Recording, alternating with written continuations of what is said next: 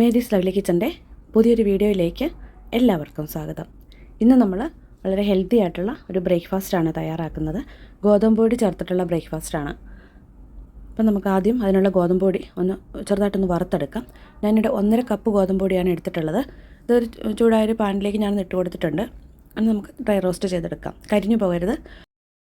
ഒരു law to medium ഫ്ലെയിമിൽ വെച്ചിട്ട് നമുക്കിത് നന്നായിട്ടൊന്ന് വറുത്തെടുക്കാം. നമ്മൾ അരിപ്പൊടിയൊക്കെ വറുത്തെടുക്കുന്നത് പോലെ അത് വറുത്ത് കഴിയുമ്പം ആ ഒരു പച്ചപ്പൊക്കെ മാറിയിട്ടുള്ള നമുക്കത് കണ്ടാൽ മനസ്സിലാവും. ഇനി ആ വറുത്തെടുത്ത പൊടി നമുക്കൊരു പ്ലേറ്റിലേക്ക് ഇതുപോലെ ഇട്ട് കൊടുക്കാം. പൊടി നന്നായിട്ട് വറുത്ത ഉടനെ തന്നെ നമ്മൾ ആ വറുത്ത പാത്രത്തിൽ നിന്നും അത് മാറ്റണം. അതിനകത്ത് തന്നെ വെച്ചിരുന്നല്ല ചൂടുകൊണ്ട് പൊടി കരിഞ്ഞു പോകും. ഇതൊന്ന് തണുത്ത് കിട്ടുന്നതിനായിട്ട് ഞാനിതുപോലെ പ്ലേറ്റിലേക്ക് ഒന്ന് നിരത്തി വെച്ചിട്ടുണ്ട്.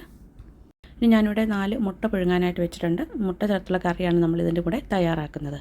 മുട്ടക്കറി തയ്യാറാക്കാനായിട്ട് ഞാനിവിടെ 2 സവാള ഇതുപോലെ ഒന്ന് അരിഞ്ഞെടുത്തിട്ടുണ്ട്. അതുപോലെ ഇഞ്ചി, വെളുത്തുള്ളി, പച്ചമുളക്, കറിവേപ്പില ഇത്രയും ഒന്ന് അരിഞ്ഞെടുത്ത് വെച്ചിട്ടുണ്ട്.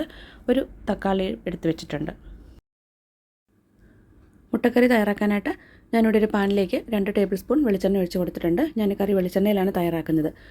വെളിച്ചെണ്ണ നന്നായിട്ട് ചൂടായിട്ട് വരുന്നപ്പം അതിലേക്ക് ഇഞ്ചിയും വെളുത്തുള്ളിയും പച്ചമുളക് അരിഞ്ഞതും ഇട്ട് കൊടുക്കാം. ഇത് നമുക്ക് ചെറുതായിട്ടൊന്ന് വഴറ്റിയെടുക്കാം. ഇത് നന്നായിട്ടൊന്ന് മൂത്ത് വരുമ്പോഴത്തേക്കും ഇതിലേക്ക് നമ്മൾ സവാള അരിഞ്ഞു വെച്ചിരിക്കുന്ന അങ്ങോട്ട് ഇട്ട് കൊടുക്കാം. ഇപ്പോൾ ഇഞ്ചിയും വെളുത്തുള്ളിയും പച്ചമുളകൊക്കെ ഒന്ന് മൂത്ത് വന്നിട്ടുണ്ട്. ഇനി ഇതിലേക്ക് നമുക്ക് സവാള ചേർത്ത് കൊടുക്കാം. സവാള ചേർത്തിട്ട് നന്നായിട്ട് ഇതെല്ലാം കൂടെ വഴറ്റിയെടുക്കാം. സവാള പെട്ടെന്നൊന്ന് വഴന്ന് കിട്ടുന്നതിനായിട്ട് ഒരല്പം ഉപ്പും കൂടി ഇതിലേക്ക് ചേർത്ത് കൊടുക്കാം.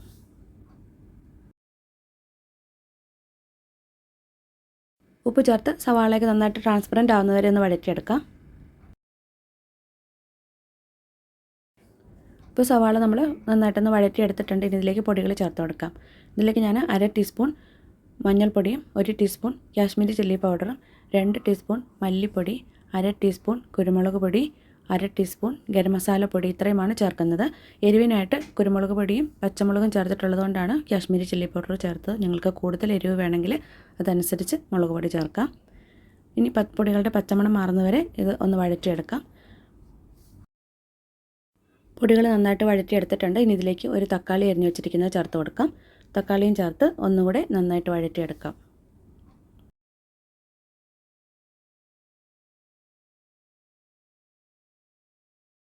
തക്കാളി നന്നായിട്ട് വഴറ്റിയെടുത്തിട്ടുണ്ട്. ഇനി ഇതിലേക്ക് ഗ്രേവിക്ക് ആവശ്യമായിട്ടുള്ള വെള്ളം ചേർത്ത് കൊടുക്കാം. ഞാൻ ഇതിലേക്ക് 1 കപ്പ് ചൂടുവെള്ളമാണ് ചേർത്തിട്ടുള്ളത്. തണുത്ത വെള്ളം ഇതിലേക്ക് ചേർക്കരുത്. മസാലയൊക്കെ നമ്മൾ വഴറ്റിയെടുത്തിരിക്കുന്നതുകൊണ്ട് തണുത്ത വെള്ളം ചേർത്താൽ കറിയുടെ ടേസ്റ്റൊക്കെ മാറിപ്പോകും. അപ്പോൾ ചൂടുവെള്ളം ചേർത്തിട്ടുണ്ട്. ഇനി നന്നായിട്ട് തന്നെ തിളപ്പിച്ചെടുക്കണം. ഇനി നമുക്കിതിലേക്ക് പാകത്തിനുള്ള ഉപ്പ് കൂടി ചേർത്ത് കൊടുക്കാം. അതിനുശേഷം ഇത് നന്നായിട്ടൊന്ന് തിളപ്പിച്ചെടുക്കാം. നമ്മൾ നേരത്തെ സവാള വഴറ്റിയപ്പം ഉപ്പ് ചേർത്തിട്ടുണ്ടായിരുന്നു. അതുകൊണ്ട് ഉപ്പ് ചേർക്കുമ്പോൾ ശ്രദ്ധിച്ച് വേണം ചേർക്കാനായിട്ട്.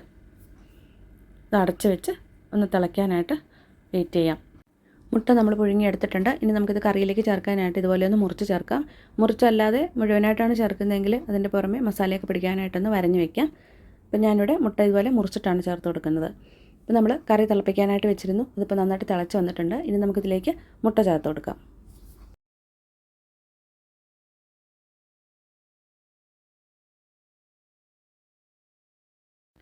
നമ്മളിതിലേക്ക് മുട്ടയെല്ലാം ചേർത്തിട്ടുണ്ട്. ഇനി നമുക്ക് കറിയിലേക്ക് ചേർക്കാനുള്ളത് കട്ടിയുള്ള തേങ്ങാപ്പാലാണ്. ഞാനിതിലേക്ക് 1/2 കപ്പ് കട്ടിയുള്ള തേങ്ങാപ്പാലാണ് ചേർത്തിട്ടുള്ളത്.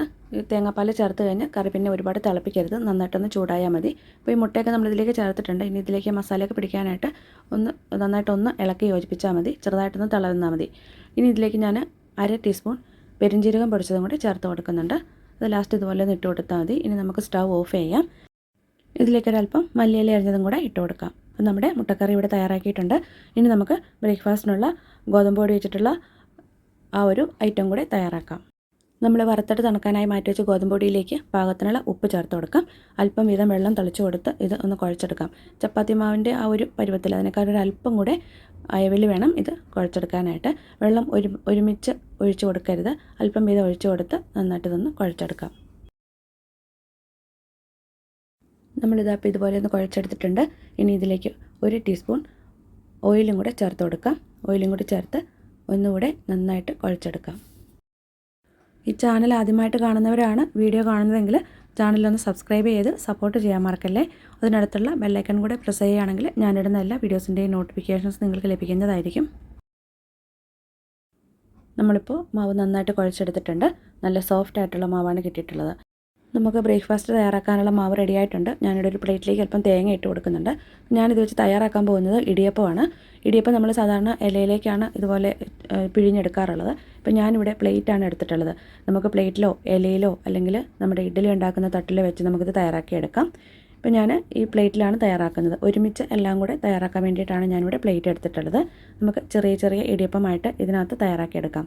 ഇതുപോലെ ഓരോന്ന് വീതം ഇതിങ്ങനെ പിഴിഞ്ഞ് എടുത്ത് വയ്ക്കാം. ഓരോന്ന് ഇത് പിഴിഞ്ഞ് 4 ഇപ്പോൾ ഞാൻ ഇതിലേക്ക് എടുക്കുകയാണ്. ഈ 4 ആയി കഴിയുമ്പം അതിൻ്റെ മുകളിലേക്ക് നമുക്ക് അല്പം തേങ്ങ ഇട്ട് കൊടുക്കാം. ഇപ്പോൾ നമ്മൾ 4 ഇടിയപ്പം ഇതുപോലെ പിഴിഞ്ഞെടുത്തിട്ടുണ്ട്. ഇനി അതിൻ്റെ മുകളിലേക്ക് നമുക്ക് തേങ്ങ ഇട്ട് കൊടുക്കാം. തേങ്ങ ഇട്ട് കൊടുത്തതിന് ശേഷം അതിൻ്റെ മുകളിലേക്ക് അടുത്ത ഒരു സെറ്റ് ഇടിയപ്പം കൂടി നമ്മൾ ഇതുപോലെ പിഴിഞ്ഞെടുക്കുകയാണെങ്കിൽ വെന്ത് കഴിയുമ്പോൾ നമുക്കിതെല്ലാം സെപ്പറേറ്റ് ആയിട്ട് തന്നെ എടുക്കാനായിട്ട് പറ്റും. വാഴയില ഉള്ളവരാണെങ്കിൽ അത് വെച്ച് ചെയ്യുക. ഇതിപ്പോൾ എല്ലാവർക്കും വാഴയില കിട്ടണമെന്നില്ല. അപ്പോൾ വാഴയില കിട്ടാത്തവർക്ക് തയ്യാറാക്കണമെങ്കിൽ ഇതുപോലെ തയ്യാറാക്കി എടുക്കാം. അതല്ലാന്നുണ്ടെങ്കിൽ ഇഡ്ഡലി തട്ടിൽ വെച്ചിട്ടും തയ്യാറാക്കി എടുക്കാം. ഇടയ്ക്ക് ഇതുപോലെ നമ്മൾ തേങ്ങ ഇട്ട് കൊടുക്കുന്നതുകൊണ്ട് ഇത് വെന്ത് കഴിയുമ്പോൾ നമുക്ക് സെപ്പറേറ്റ് ആക്കി എടുക്കാം. ഒരു 15 മിനിറ്റ് ആവിയിൽ വേവിച്ചെടുക്കാം. അതായത് ഇപ്പോൾ ഞാനൊരു 15 മിനിറ്റ് ആവിയിൽ വേവിച്ചെടുത്തതാണ്. പാകത്തിന് വെന്ത് വന്നിട്ടുണ്ട്. നമുക്കിനി ഇതിൽ നിന്ന് ഓരോന്നോരോന്നായിട്ട് സെപ്പറേറ്റ് ആക്കി എടുക്കാം. ഇതിപ്പോൾ നല്ല ചൂടാണ്. ചൂടാറി കഴിയുകയാണെങ്കിൽ എളുപ്പത്തിൽ നമുക്കിത് എടുത്ത് വയ്ക്കാം. ഇതിപ്പോൾ ഞാൻ ഓരോന്നായിട്ട് ഇതുപോലെ പ്ലേറ്റിലേക്കൊന്ന് എടുത്ത് മാറ്റുന്നുണ്ട്. ഗോതമ്പ് പൊടി ചേർത്ത് നമ്മൾ തയ്യാറാക്കിയ ഇടിയപ്പം തയ്യാറാക്കിയിട്ടുണ്ട്. രാവിലെ കഴിക്കാനായിട്ട് നല്ല ഹെൽത്തി ആയിട്ടുള്ള ബ്രേക്ക്ഫാസ്റ്റാണ്. അതിൻ്റെ കൂടെ നല്ല അടിപൊളി ഒരു മുട്ടക്കറിയുമാണ്. ഇതുപോലെ നമ്മൾ തയ്യാറാക്കിയിട്ടുള്ളത് നല്ല ഇതെല്ലാം ലെയറായിട്ട് തന്നെയുണ്ട്. ഒട്ടിപ്പിടിച്ചൊന്നും പോവുകയില്ല. ഇതുപോലെ നമുക്ക് എളുപ്പത്തിൽ എല്ലാം കൂടെ ഒരുമിച്ച് വെച്ച് തയ്യാറാക്കിയെടുക്കാം. ഇന്നത്തെ ബ്രേക്ക്ഫാസ്റ്റിൻ്റെ വീഡിയോ നിങ്ങൾക്ക് എല്ലാവർക്കും ഇഷ്ടമായെന്ന് വിചാരിക്കുന്നു. വീഡിയോ ഇഷ്ടമായെങ്കിൽ നിങ്ങളുടെ ഫ്രണ്ട്സിനൊക്കെ ഷെയർ ചെയ്ത് കൊടുക്കുക. നിങ്ങളുടെ കമൻസൊക്കെ ഒന്ന് അറിയിക്കുക. പുതിയൊരു വീഡിയോയുമായി നമുക്ക് വീണ്ടും കാണാം.